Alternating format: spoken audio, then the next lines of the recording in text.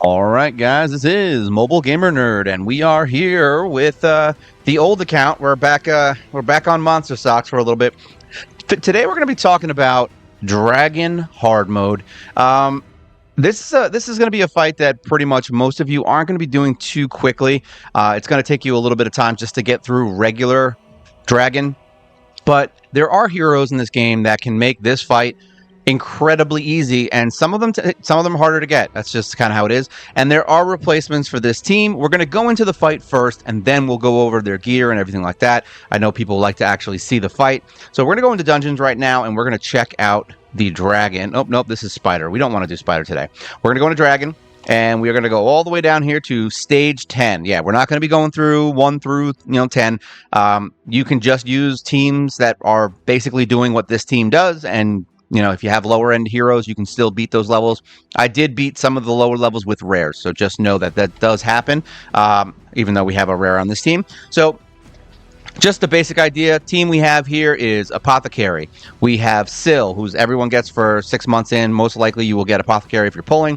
Gerda takes a long time to get. She is a hero that takes about a year to get, so yeah, it might be a little while, but you can use heroes that do kind of what she does. There's plenty of poison heroes out there that you can use for her. We've got Mithrala, which everyone can get from, doing the Hydra, and you can literally beat Hydra on the first area, get the first box, and still get Mithrala, so there's no excuse as to why you wouldn't have her after a certain amount of time when you're finally getting to the point where Dragon Hard Mode is even a question. And then we have Dark Kael. He's good, and he does attack down, and he's great. You could use a few other heroes, but he is probably the best one for this. So let's start. Now, normally when I used to do this fight, I would bring in Yukari. Yukari is actually fine for bringing into this fight. And the reason I say that is because he can completely nullify the waves. The problem is he sucks at the boss, all right? Like, literally does no damage, and he's going to slow down your boss fight. So if you can find a team that can get you through the waves, even if they might take a few hits, then it's worth it. You've got Syl, who can do some stuns. We've got plenty of poisons. We've got petrifies. We've got more poisons. We've got attack down. All kinds of things going on. You're going to see tons and tons of debuffs on these enemies.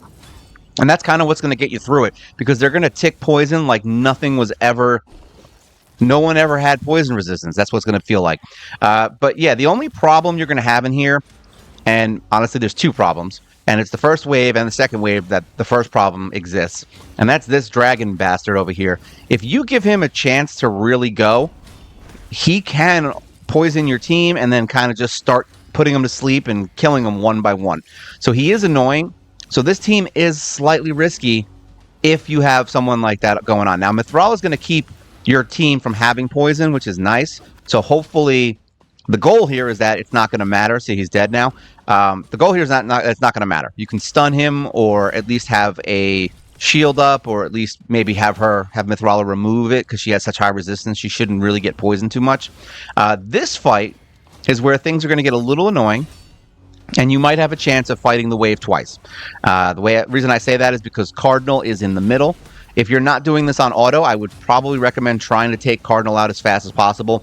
However, it doesn't seem to matter. We ran this fight once, and it seemed to be pretty fine. Like, they went through, they killed the boss. We had a couple close calls, but nothing like ridiculous. Cardinal did die, and with all the poisons going up on them and the turn meter reductions and all the other stuff, she didn't really get a chance to do anything, because this method of using this kind of poison over time deal basically makes them all kind of lose health at the same time. So you don't really have that, oh my god, you killed one hero and now you got to take Cardinal all the way down from max health.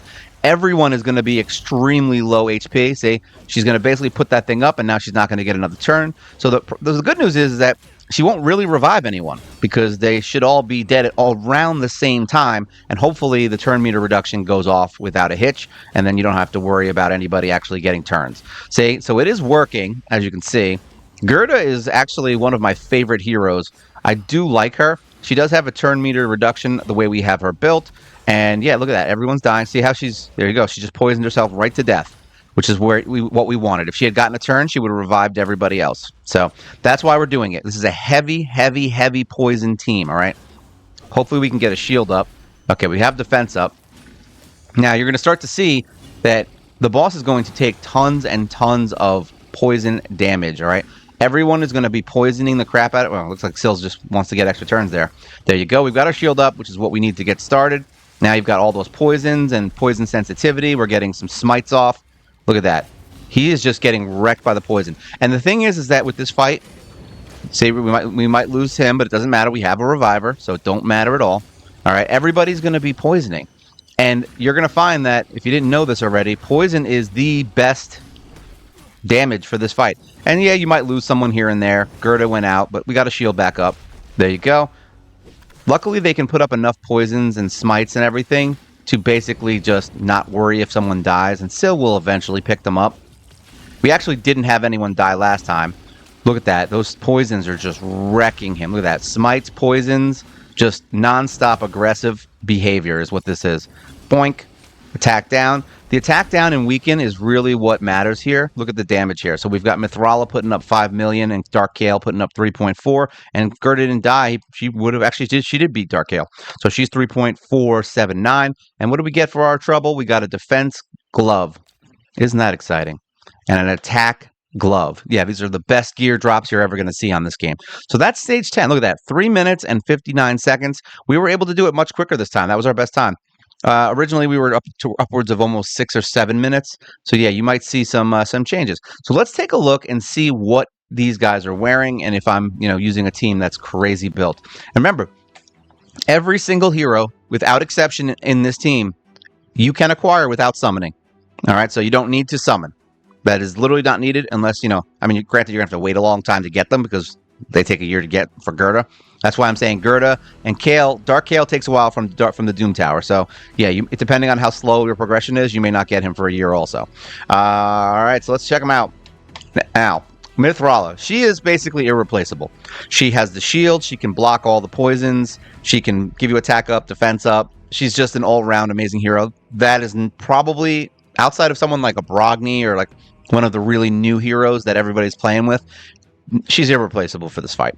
So, awesome hero. We've got her in this set. So we have her in the Swift Parry set, and we have her with a crit rate glove, and we have her in an HP chest, and we have a defense boot. I know, right? You would think speed was her thing, and it really is, honestly. But we have her in defense and HP because it basically helps her to stay alive and helps her make her shield stronger. So that HP 60% gives you a stronger shield, which is why we do it. We also have HP on her ring. We have HP on her, you're starting to notice something, HP on her amulet, and we have accuracy on her banner. And the reason we do that is because her skills basically work with accuracy.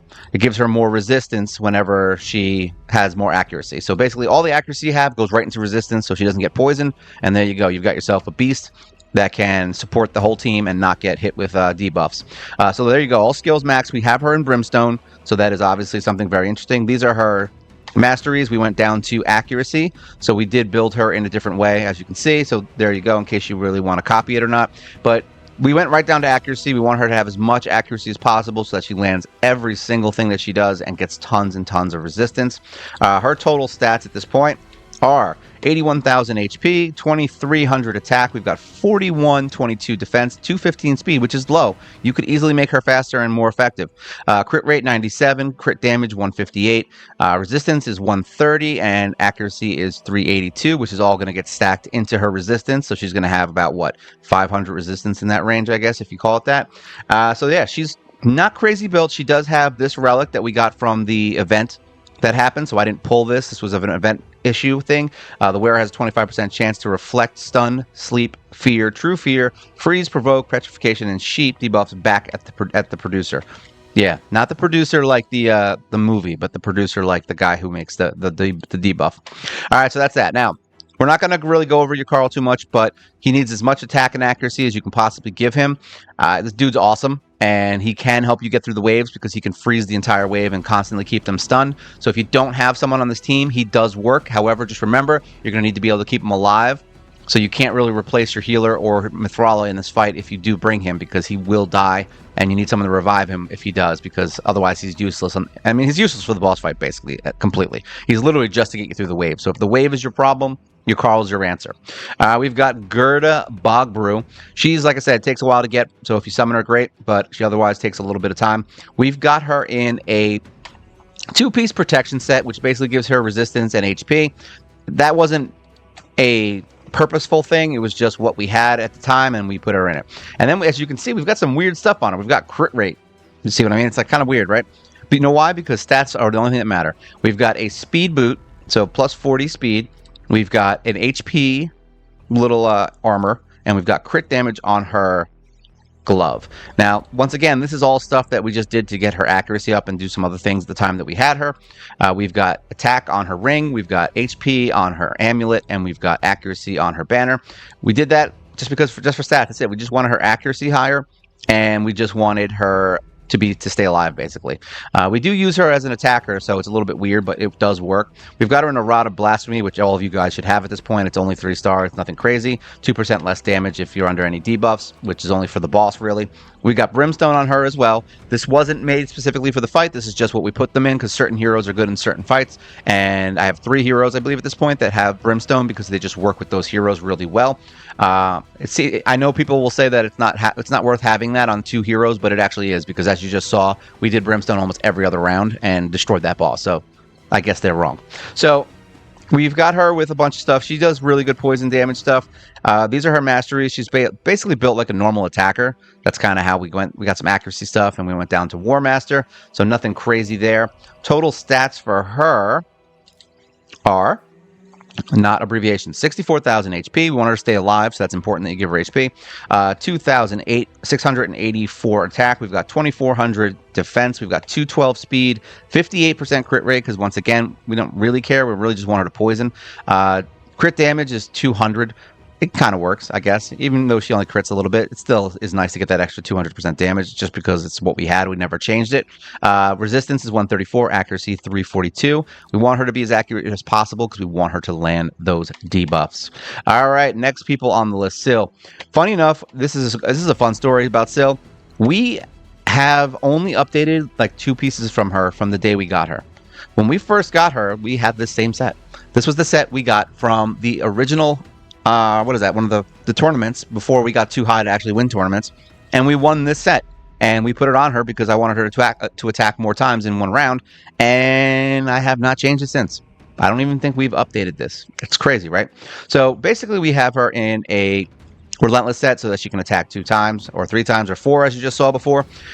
She has defense on her gauntlet. She has defense flat stat, by the way, on her armor, and she has speed on her boot. This is the Defiant set we have on 2 pieces, which basically gives her a plus 10% defense and minus 15% damage taken from AoE attacks, so she doesn't get blasted by the AoEs.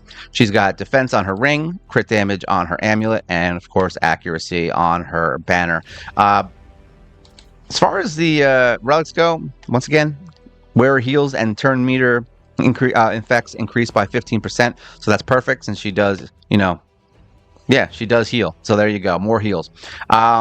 Skills are max Brimstone again, and then we've got her in the same kind of situation, almost kind of like Mithrala, where we did more accuracy all the way down to the bottom. And yeah, she's just defensive. We want her to stay alive, and we want to revive, and we want her to not die. That's it, because if she dies, then we can't revive. So obviously you want her to stay alive. 50,000 HP, the lowest HP of all of them. She's got 1831 attack, but look at this defense. We've got 4,000, which is still in the same range as Mithrala, funny enough. 178 speed, the worst speed on a Syl you'll ever frickin' see. But guess what? It didn't matter. We won. We've got 65% crit rate, 134 crit damage. We've got 159 resistance, and then here you go, 332 accuracy. All we cared about was accuracy and defense. Wanted to stay alive and stun and get her revives off. That's all we care about with her. You can build a 100% better Syl than this, and it'll work phenomenally better, but guess what? As you just saw, it still works, so why go crazy, right? Dark Kael. He's the man. Yeah, this dude is awesome. He does all kinds of stuff. Poisons, he explodes poisons, he does attack down. Great. AoE attack down, even better. We have him in a lifesteal set, mainly because we use him in Clan Boss. So there you go. There's his little stats here. Not even crazy gear. It's nothing like super hard to come by. We've got crit rate, gloves. We've got defense on his chest, speed on his boots.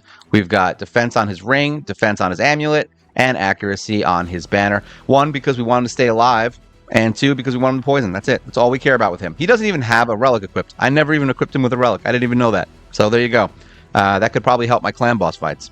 Then we've got all his skills max, and we have Phantom Touch. Literally, old school build on a normal Kayle would be exactly the same as this guy. Masteries, we did switch him to Giant Slayer because he does hit multiple times with his attacks. So yeah, that's the only real big difference, and we built him for Clan Boss, so this is a Clan Bossy kind of build. So yeah, just build him like you were going to go into with a Clan Boss, and you've got yourself a good hero. All right, total stats, 33,000 HP, nothing, no HP. We've got 3,600 attack, we've got 3,300 defense, 202 speed, 81 crit rate, 95% crit damage, 101 resistance, 320 accuracy. So once again, nothing crazy here, guys. Like, there's no super crazy builds that we're working with here. And then our favorite rare, Apothecary, whose big deal, honestly, is this. We put him in the lead for 21% defense increase on our heroes, and that makes us stay alive a lot longer, so that's why he's also very good, outside of him being literally a legendary hero in a rare body. We've got him in basically all speed stuff, so we've got him in regular speed, and we've got him in righteous gear right here, so he's got more resistance. It was a nice set that I pulled. I think it might have been from I think it was from an event. I think we got this set. Otherwise, the other stuff is all basically stuff we farmed up. We got lucky on a 6-star weapon, and then we've got HP on his glove, defense on his armor, speed on his boot. We've got defense, and guess what? More defense. He's just all defense because we want him to stay alive and be fast. So he is the fastest person on my account, just so we know. We've got him in the Journal of Necrotos, the Toe Necrocon. We've got the same thing that Syl has, so his turn meter infects and heals are stronger, so that's good. Maxed out, we've got him in Miracle Heal if you're interested in that. Don't really care about it too much. Masteries. His A1 hits 3 times, so we put him in Giant Slayer. So he is built like a weirdo. And then support, we went down for his healing so that he can heal a lot more and heal stronger. We don't have his crit rate very high, which is the only downplay that I'm going to have on this specific build, because his crit rate sucks. 53,000 HP, 2,500 attack. He's got almost just shy of 4,000 defense. Speed is 297. Yes, he is the fastest one on my account. And 297 isn't even good, guys. Like, there's people out there who have like 400 plus speed on heroes. This is 297, and that's my best hero in the entire account, and we still beat these things. So don't put yourself down, guys. Even if your speed is a little low, it just means you're going to suck in arena, and who cares? That's for whales, right? All right, crit rate, 39%, 100% crit damage with 106 if you want to get real crazy. Resistance is 291. He doesn't need accuracy, so technically we could replace this with whatever we wanted to and get his resistance up higher, but 291 resistance is pretty much where we're at. But yeah, crit rate 39, still does his job. Don't really care about the crit rate heals because he basically heals all the way up to max HP at this point anyway. I don't think I've ever seen him not heal someone to max HP unless they have like 80,000 HP and he just, I don't know. Literally, I don't see it.